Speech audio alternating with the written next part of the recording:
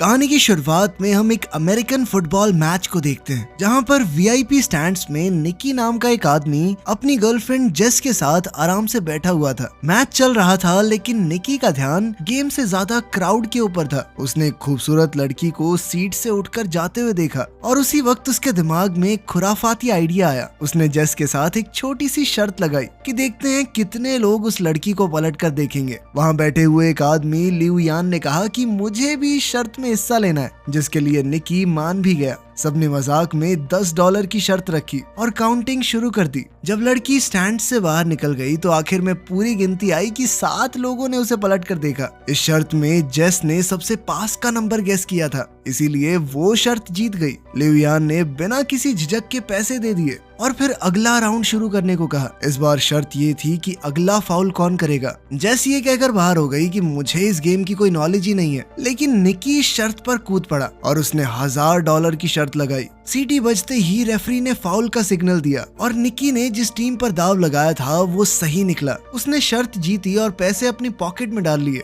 लिऊ यान शर्त हारने के बाद भी और ज्यादा एक्साइटेड हो गया। उसने कहा कि अब की बार $5000 की शर्त लगाते हैं। इस बार का सवाल ये था कि अब की बार वो बॉल को पास करेंगे या उसे लेकर दौड़ेंगे। निकी 5000 का दाव खेलने में थोड़ा हिचकिचा रहा था, लेकिन आखिरकार वो मान ही गया। लिऊ यान ने गेस किया कि वो भागेंगे और निकी ने कहा कि पास करेंगे, और सीटी बजते ही प्लेयर ने सच में बॉल लेकर दौड़ लगा दी, जिस वजह से निकी अब $5000 हार गया। अब निकी ने डिसाइड किया कि कोई बात नहीं, 5000 हार गए, अब बंद करते हैं, और उसने जेस से कॉफी पीने चलने को कहा। लेकिन लिऊ यान ने जिद पकड़ ली। उसने कहा कि तुम वीआईपी लाउंज में बैठे हो, पैसा तो है तुम्हारे पास, $5000 से क्या होता है, एक और बाजी खेलो, इस बार $10,000 की। और आखिरकार निकी मान ही गया। और अब सवाल था कि ये प्लेयर अगला पास सही तरीके से कामयाब कर पाएगा या नहीं। निकी ने प्रेडिक्ट किया कि हाँ, पास दे देगा ये, लेकिन दूसरी टीम ने पास को बीच में ही रोक लिया। अब निकी $15,000 हार चुका था। पैसे निकालते हुए निकी थोड़ा परेशान हुआ।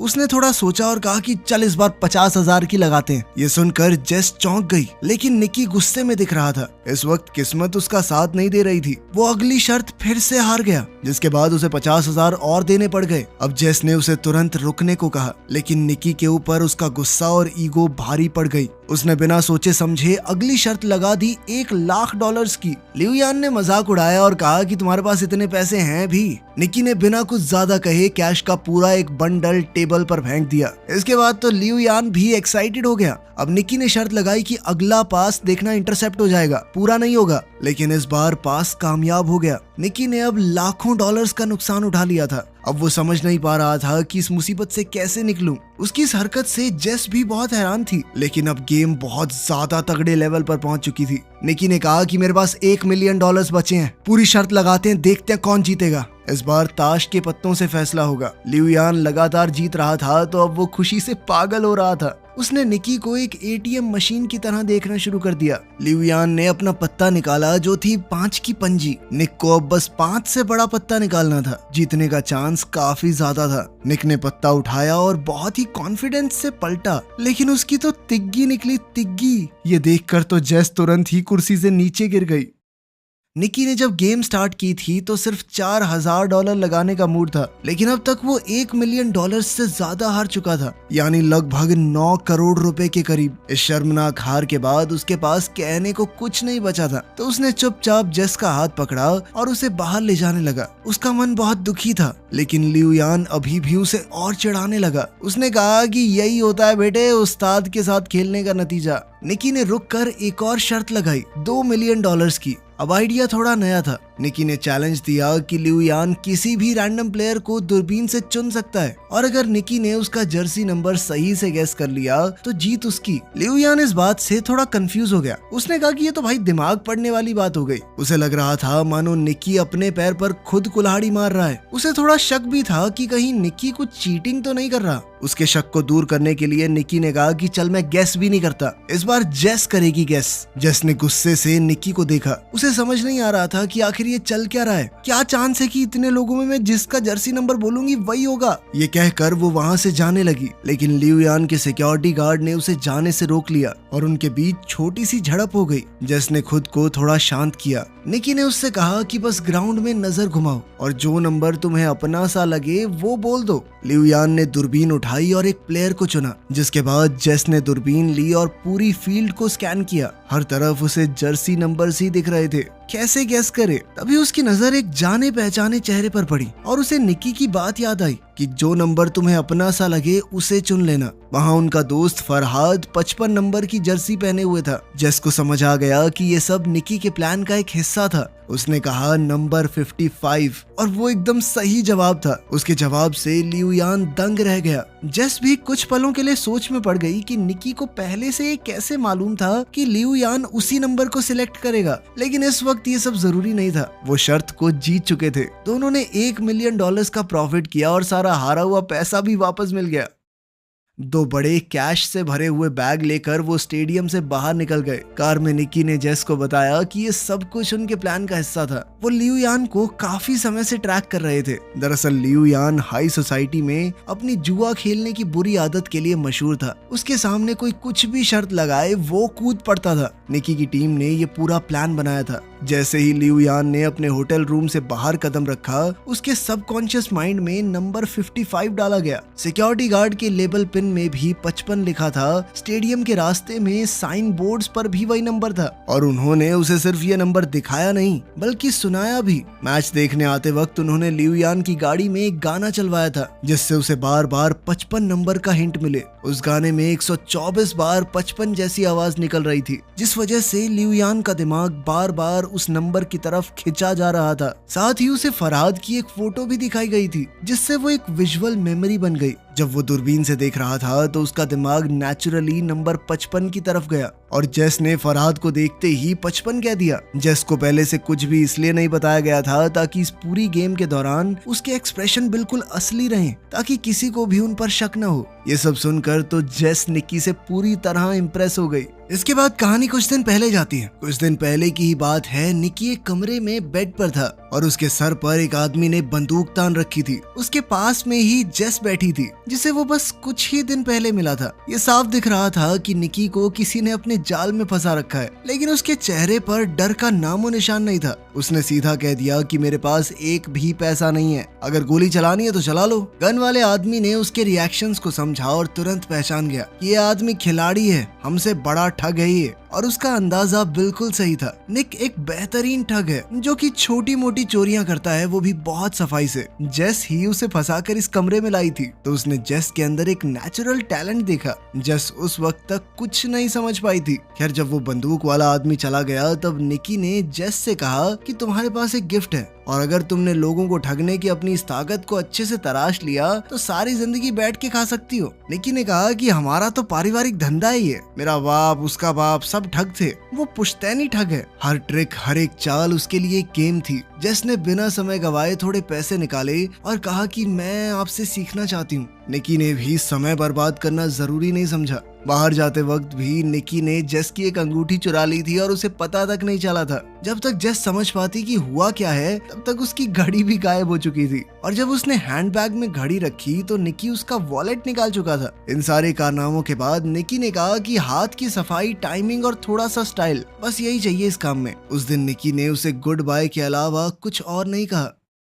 कुछ महीने बाद जेस ने उसे न्यू ऑरलीन्स शहर में ढूंढ निकाला, जहां निकी ने एक नई टीम बनानी शुरू की थी। उन दोनों की मीटिंग भी असल में एक टेस्ट था। वो देखना चाहता था कि जेस उनकी टीम को ज्वाइन करने के लायक भी है या नहीं। जब जेस ने हामी भरी तो निकी ने उसे टीम के एक आदमी के साथ मेले में भेज दिया। आज जेस की पहली प्रैक्टिकल असाइनमेंट थी। वो मैप हाथ में लेकर कुछ लोगों से रास्ता पूछने लगी। तभी उसके साथी ने चुपके से एक टूरिस्ट का कैमरा लेंस चुरा लिया। फिर एक दूसरे साथी ने जानबूझकर एक आदमी को टक्कर मारी और जेस ने उसका वॉलेट निकाल लिया। जेस को अब अपने चोरी करने के स्टाइल में थोड़ा कॉन्फिडेंस आने लगा था। उसने चॉपस्टिक्स की मदद से एक और औरत के बैग से वॉलेट निकाल लिया और सब कुछ इतना स्मूथ था कि किसी को शक भी नहीं हुआ। निकी ये सब कुछ एक बिल्डिंग के टॉप से देख रहा था। उसने टीम से कहा कि उसे अकेला छोड़ दो, अब उसके उड़ने की बारी है। जेस ने एक के बाद एक महंगा सामान चुराना शुरू कर दिया और उसकी हर चोरी के साथ निकी की आंखों में उसके लिए इज्जत बढ़ने लगी। अब निकी ने उसे एक और बड़े असाइनमेंट के लिए भेज दिया।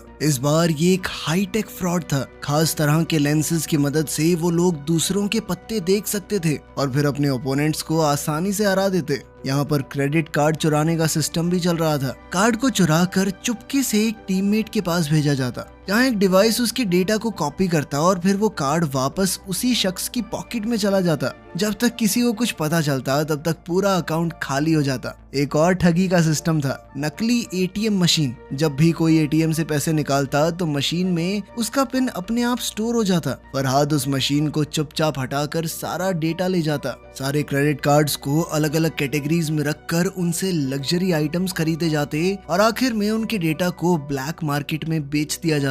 जेस ने एक दिन एक खूबसूरत नेकलेस देखा और पहन लिया, लेकिन निकी ने कहा कि इसे तुरंत उतार दो। उसने सख्ती से समझाया कि सारी चीजों को बेचना होगा, कुछ भी हमारा पर्सनल नहीं होना चाहिए। जेस पहली बार इतने बड़े लेवल की ठगी देख रही थी। चुराई हुई चीजों के पहाड़ के बीच में खड़े होने का फील कुछ और ही था। अगले दिन जेस और फरहाद एक अमीर इलाके में घूम रहे थे। उनका काम था नाटक करना। फरहाद बेहोश हो गया और जेस चिल्लाकर एक्टिंग करने लगी, प्लीज कोई हमारी मदद करो प्लीज। एक तरह की डिस्ट्रैक्शन थी जिसका फायदा टीम के बाकी लोगों ने आसपास के अमीरों का सामान चुरा कर उठाया और फिर पूरी टीम एक एम्बुलेंस में छुपकर निकल गई। ये सब कुछ इतना अच्छे से प्लान था कि कोई कुछ समझ ही नहीं पाया। उस रात उन सब ने मिलकर सेलिब्रेट किया। निकी ने सबकी तारीफ की क्योंकि सिर्फ एक हफ्ते में उन्होंने 1.2 मिलियन डॉलर कमा लिए थे। अगले दिन टीम के सभी लोग अलग होने वाले थे। सभी डॉक्यूमेंट्स को डिस्ट्रॉय कर दिया गया और सबको भरोसा दिलाया गया कि कुछ दिनों के अंदर तुम्हारे पैसे तुम्हारे बैंक अकाउंट में आ जाएंगे। लेकिन पुराने मेंबर जानते थे कि निकी का एक लास्ट मिशन अभी भी बाकी है। उन्होंने उसे 1.2 मिलियन कैश दिया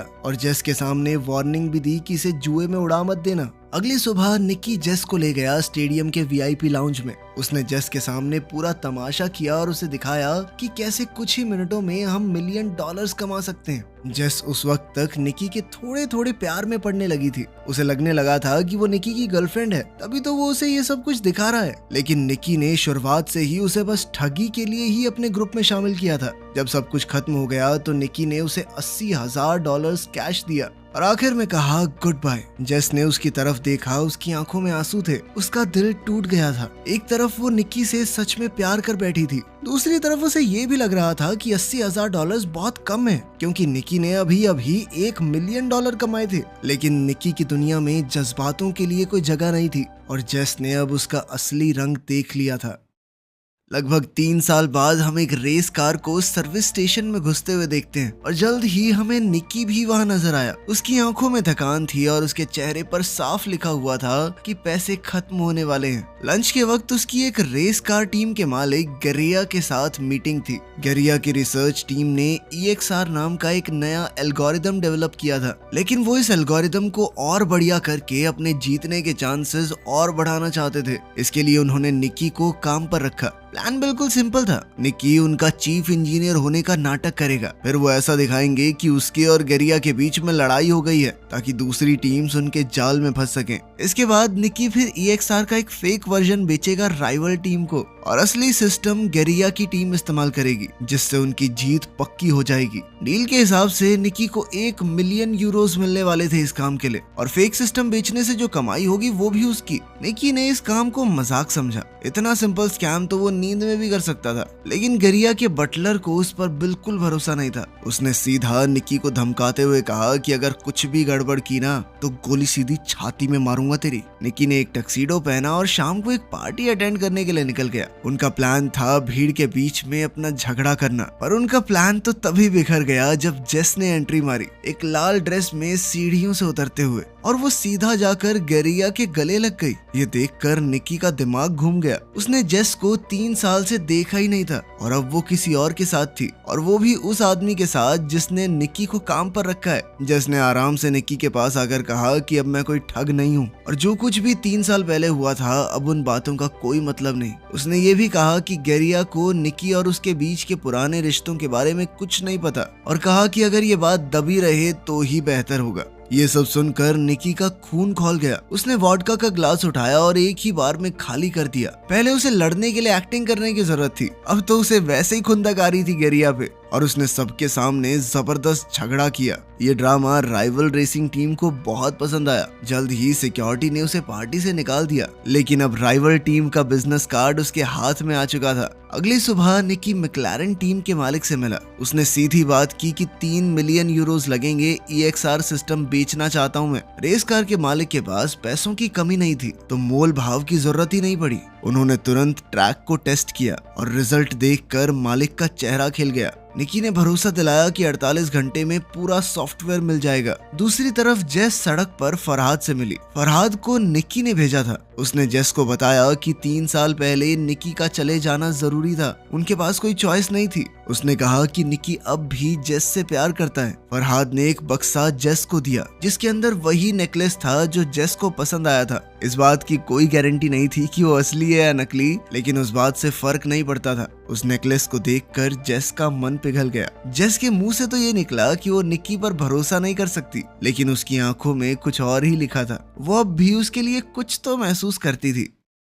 खैर, जल्द ही डील का दिन आया और निकी मैक्लारेन टीम के मालिक को सॉफ्टवेयर दे गया। बदले में एक हट्टे कट्टे इंसान ने उसके हाथ में 3 मिलियन यूरोज थमा दिए। लेकिन निकी का नेचर ही कुछ ऐसा था कि वो बिना रिस्क के काम नहीं करता। उसने उस सॉफ्टवेयर की एक एक कॉपी चुपके से सभी रेसिंग टीम्स को बेच दी। हर एक हैंडशेक में नए यूरोज, जिससे हाथ मिलाया मिलियंस में पैसे ले लिए। जब तक रेस शुरू नहीं हुई, किसी को पता ही नहीं चला कि सभी के पास एक ही सिस्टम है। उस रात निकी ने भागने की जगह जेस को मैसेज की। अगर समय रहते वो आ गई तो वो दोनों साथ में भाग सकते हैं। निकी ने इंतजार किया पर कोई नहीं आया। आखिरी समय पर जब वो हार मान के निकलने लगा तो जेस आ गई, लेकिन अभी भागने का टाइम नहीं था, क्योंकि उसी वक्त वही हट्टा कट्टा आदमी जिसने मैक्लारेन टीम की तरफ से उसे 3 मिलियन यूरोज दिए थे, वो निकी के सामने आ गया। दरअसल वो गेरिया का आदमी था। अब वो सब कुछ सच पता कर चुका था कि निकी ने फेक नहीं बल्कि असली सॉफ्टवेयर बेचा है। उसे गेरिया के 1 मिलियन यूरोज के अंदर कोई इंटरेस्ट ही नहीं था। अब वो अपना पूरा गियर पहनकर निकी की कार से जानबूझकर टकरा गया। निकी और जेस एक घातक एक्सीडेंट के बाद पकड़े गए। उन दोनों को बांधने के बाद सारा कैश गेरिया के सामने रख दिया गया। निकी की इस हरकत से गेरिया बहुत गुस्से में था। उसने इस प्रोग्राम को बनाने में 40 मिलियन यूरोज लगाए थे और अब सारे के सारे बर्बाद हो चुके थे। सबसे बड़ी बात तो ये थी कि गेरिया समझ ही नहीं पाया कि निकी ने असली सॉफ्टवेयर कैसे चुरा लिया। जब निकी ने कुछ नहीं बताया तो गेरिया ने जेस का नाक दबा दिया, जिसके बाद उसकी सांसें रुकने लगी और निकी ये देखकर टूट गया। उसने सब कुछ बताया कि उसने जेस का अपने लिए पुराना प्यार जगाकर उसे एक नेकलेस पहना दिया, जिसके अंदर एक खास चिप लगी हुई थी। जैसे ही गेरिया ने वो सॉफ्टवेयर खोला, उस नेकलेस के जरिए निकी ने उसका पासवर्ड और डेटा चुरा लिया। ये सुनकर तो जेस का दिल टूट गया। उसकी आंखों से आंसू बहने लगे, पर गेरिया और उसके लोग हंसने लगे। उन्हें कहानी तो अच्छी लगी, लेकिन उन्हें निकी की बात पर भरोसा नहीं हुआ। गेरिया ने बताया कि जेस उसकी कोई गर्लफ्रेंड नहीं थी। मैं जानता हूँ ये पैसों के लिए मेरे साथ थी। उधर जेस ने भी कबूल किया कि वो सिर्फ उसकी महंगी घड़ियों की कलेक्शन चुराना चाहती थी। निकी इस बात से हैरान था कि जेस ने उसे जलाने के लिए गेरिया के साथ प्यार में होने का नाटक किया था।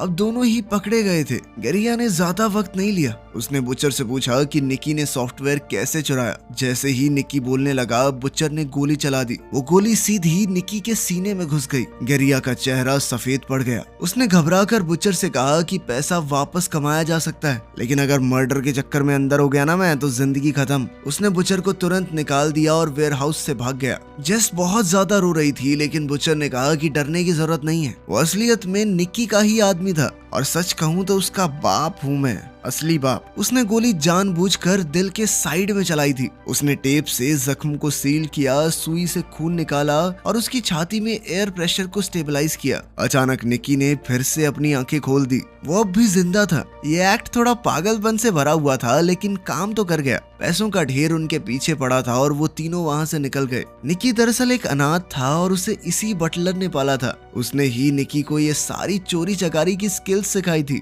रूल था कि कभी इमोशनल मत होना, लेकिन अब निकी सच में जेस से प्यार करने लगा था। बटलर ने दोनों को एक सड़क किनारे छोड़ा और सारे पैसे लेकर चला गया। निकी के हाथ कुछ भी नहीं आया, लेकिन हॉस्पिटल जाते हुए निकी ने गाड़ी में देखा कि गेरिया की 2 लाख यूरोज की घड़ी जेस के हाथ में थी। दोनों ने एक दूसरे को देखा और मुस्कुरा दिए। इस चालबाजी और हाथ की सफाई के साथ वो दुनिया के किसी भी कोने में भूखे तो नहीं मरेंगे।